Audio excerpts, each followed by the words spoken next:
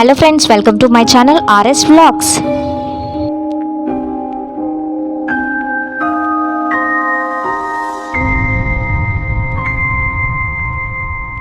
ఈరోజు మన ఛానల్లో వినాయకుడికి ఎంతో ఇష్టమైనటువంటి బెల్లం కుడుముల్ని ఏ విధంగా తయారు చేసుకోవాలో చూపించబోతున్నాను. ఇవి చాలా టేస్టీగా ఉంటాయి. అలాగే కొంచెం టిప్స్ కూడా చెప్తాను, చూడండి. ముందుగా మనము వాటర్ అనేది తీసుకోవాలి. అది షూట్ చేయడం మర్చిపోయాను. సో ఫస్ట్ మనం 1 కప్పు వాటర్ తీసుకొని దాంట్లో 1/2 కప్పు బెల్లం అనేది తీసుకోవాల్సి ఉంటుంది. స్వీట్ ఎక్కువ కావాలనుకునే వాళ్ళు మనము చూసుకొని స్వీట్ అనేది యాడ్ చేసుకోవచ్చు. బెల్లము మనకేం పాకం రావాల్సిన అవసరం లేదు, జస్ట్ బెల్లం కరిగితే సరిపోతుంది. ఆ తర్వాత దాంట్లో కొద్దిగా ఇలాచీ వేసుకోండి. మీరు యాలకులు ఇలా వేసుకోపోయినా డైరెక్ట్గా పౌడర్ అయినా కూడా చేసి వేసుకోవచ్చు అనమాట. సో ఇది కొద్దిగా మరిగితే సరిపోతుంది. పాకం అయితే ఎటువంటి పాకం అవసరం లేదు. తర్వాత ఇందులో ఒక 2 టేబుల్ స్పూన్స్ నెయ్యి యాడ్ చేస్తున్నాను. సో నెయ్యి యాడ్ చేయడం వల్ల బెల్లం కుడుములకి కొంచెం టేస్ట్ అనేది ఇంకా బాగుంటుంది అనమాట. సో ఈ విధంగా మనం మిక్స్ చేసుకున్న తర్వాత దీనికి స్టవ్ ఆఫ్ చేసుకునేసి దీన్ని పక్కన పెట్టుకుందాము. చాలా టేస్టీగా ఉంటాయి. వీడియో స్కిప్ చేయకుండా ఎండ్ వరకు చూడండి. అలాగే ఇందులో ఎండు కొబ్బరి తురుముకొని వేసుకున్నాను. మీరు కావాలంటే ముక్కలు కూడా వేసుకోవచ్చు. అలాగే ఇందులో కొంతమంది పచ్చి శనగపప్పు కూడా వేసుకుంటారు. సో మీరు కావాలంటే కూడా యాడ్ చేసుకోవచ్చు. ఆ తర్వాత మనం బయటకు తీసుకొచ్చిన తర్వాత ఇందులో బియ్యం పిండిని అనేది మనం యాడ్ చేసుకోవాల్సి ఉంటుంది. పిండి బెల్లం అనేది 1:2 రేషియోలో మనం యాడ్ చేసుకోవచ్చు. సో పిండి ఈ బెల్లం పాకంలో మనం బాగా మిక్స్ అయ్యేదాకా వెయిట్ చేస్తూ, అంటే మెల్లగా నిదానంగా ఒకేసారి వేసుకోకుండా కొంచెం కొంచెం కలుపుతూ మనం దీన్ని రెడీ చేసుకోవాల్సి ఉంటుంది. మీరు వేడిగా ఉన్నప్పుడే ఈ పిండి అనేది మిక్స్ చేసుకోండి. చల్లారిందంటే బెల్లం మళ్ళీ గట్టిగా అయిపోతుంది. కాబట్టి ఒకేసారి ఎందుకు వేసుకోకూడదు అంటున్నానంటే ఇది ఉండలు కట్టేస్తుంది అనమాట. చూసారు కదా, ఇలా నీట్గా కలుపుకున్న తర్వాత మళ్ళీ కొంచెం యాడ్ చేసుకుంటూ ఈ విధంగా మనము ఉండ్రాళ్ళు అంటే కుడుములు చేసుకునేడానికి వీలుగా ఉండేలాగా కూడా మనం ఈ విధంగా మిక్స్ చేసుకోవాలి. మీరు కావాలంటే నెయ్యితో కూడా ఉండ్రాళ్ళు చేసుకోవచ్చు. అంటే ఇప్పుడు చేసేటప్పుడు నెయ్యి అద్దుకుంటూ కూడా తయారు చేసుకోవచ్చు. లేదు అనుకుంటే మనం ఫస్ట్ యాడ్ చేసాం కదా 2 టేబుల్ స్పూన్స్, ఆ ఫ్లేవరే బాగా సరిపోతుంది, మంచి టేస్ట్ అనేది ఇస్తుంది. సో ఈ విధంగా బాగా కలుపుకోవాలన్నమాట నీట్గా. అంటే ఎక్కడ కూడా ఉండలు లేకుండా కలుపుకోవాలి. వినాయక చవితికి మనం ఎక్కువగా ఆవిరిపై ఉడికించినటువంటి ప్రసాదాలనే స్వామివారికి నైవేద్యంగా పెడుతూ ఉంటాము. సో ఈ విధంగా కలుపుకున్న తర్వాత మనం ఇప్పుడు ఉండలు చేసుకుందాము. సో ఇలా ఆవిరి మనం పెట్టాలి కాబట్టి నేను ఒక బౌల్ అయితే తీసుకున్నాను. ఇలాంటిది అంటే చిల్లులు ఉండేది మనకి ఆవిరి పెట్టడానికి బాగుంటుంది. మనం ఇడ్లీ కుక్కర్ అలాంటి వాటిలో కూడా పెట్టవచ్చు, కానీ నేను కొంచెం క్వాంటిటీ ఎక్కువ చేసుకుంటున్నాను కాబట్టి పెద్ద దాంట్లో పెట్టాను. సో ఒకదాని మీద ఒకటి పెడితే ఏంటంటే మనం ఆవిరి మీద పెట్టేటప్పుడు ఆ వేడికి బెల్లం కొంచెం కరుగుతుంది కాబట్టి అంటుకునే ఛాన్స్ ఉంటుంది. అందుకని కొంచెం నేను వెడల్పాటి గిన్నె అనేది తీసుకున్నాను అనమాట. సో ఈ విధంగా మనము కుడుములు అనేది చేసుకుంటాము. ఇలా మనము కుడుముల సైజుని పట్టి చేసుకుని అక్కడ పెట్టుకోవచ్చు మనం రెడీ చేసుకున్న పిండితో. సో మనకి కుడుములు అంటే వేళ్ళు అనేది వేళ్ళ గుర్తులు బాగా పడాలి అంటారు కదా. సో అలా ఉంటేనే కుడుములకి లుక్ అనేది ఉంటుంది. అమ్మ చేస్తుందన్నమాట పిండి వంటలు స్వామివారికి నైవేద్యం కోసం. కానీ అమ్మకి ఆ వేళ్ళ గుర్తులు సరిగా పడడం లేదు, ఇంకా బాగా పడాలని చెప్పేసి నేను పక్క నుండి అమ్మకి చెప్తూ ఉన్నాను అనమాట. సో అందుకే అమ్మ నాకు చూపిస్తుంది చాలా చాలా అని. కాదు, నాకు ఇంకా సరిపోవట్లేదు, వేళ్ళు గట్టిగా పెట్టాలి అని చెప్పి నేను చెప్తున్నాను. సో మనం రౌండ్గా కూడా చేసుకోవచ్చు అనమాట వీటిని, కుడుముల్ని.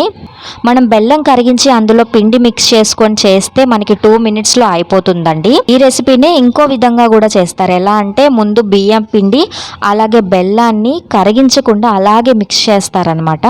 కానీ ఆ ప్రాసెస్ కొంచెం కష్టంగా ఉంటుంది. ఎందుకంటే బెల్లం అనేది గడ్డలు కట్టకుండా మంచి పొడిగా చేసుకొని మనం తురుముకొని అప్పుడు పిండితో బాగా మిక్స్ అయ్యేటట్టు చేసుకోవాలి. అలా మనం మిక్స్ చేసుకున్న తర్వాత మనకి సైజుని బట్టి ఇలా కుడుములు చేసుకొని వాటిని ఆవిరి మీద ఉడికించుకుంటూ ఉంటారు. అదొక ప్రాసెస్లో కూడా చేసుకోవచ్చు. దానికన్నా కూడా ఇప్పుడు మనం చేసే ప్రాసెస్ చాలా ఈజీ అనమాట. దాంట్లో ఏంటంటే మనకి బెల్లం సరిగా పిండిలో కలవదనమాట. అక్కడక్కడ బెల్లం ఉండలు ఉండిపోతాయి. అవి ఆవిరి పెట్టినప్పుడు అవి కరగడం అనేది జరుగుతుంది. సో ఇలా అయితే మనకి బెల్లం ఈజీగా మిక్స్ అవుతుంది. సో నేను అనేది చేస్తున్నాను అనమాట కుడుములు. అమ్మకి అలా సరిగా రావడం లేదని చెప్పేసి నేను చేసి చూపిస్తానని చెప్పేసి నా గుర్తులు బాగా పడేదాకా ప్రెస్ చేస్తున్నాను. ఎందుకంటే నాకు ఇలాగే ఇష్టము. చాలా చూడడానికి కుడుములు అంటేనే అలా ఉంటాయి కాబట్టి షేపు. సో నాకు ఇలాగే ఇష్టం. ఆ తర్వాత అన్నీ కూడా మనం రెడీ చేసుకున్న తర్వాత అమ్మ వాళ్ళు ఏంటంటే ఇంతకుముందు గడ్డిలో పెట్టేవాళ్ళు. చాలా అద్భుతమైనటువంటి టేస్ట్ వచ్చాయంట పాతకాలంలో వాళ్ళ చిన్నప్పుడు. గడ్డి అనేది పెట్టి గడ్డి తడిపిన తర్వాత దాంట్లో ఈ కుడుములన్నింటిని పెట్టి ఆవిరి మీద ఉడికించడం వల్ల మంచి స్మెల్ కానీ టేస్ట్ కానీ చాలా అద్భుతంగా ఉండేటివంట.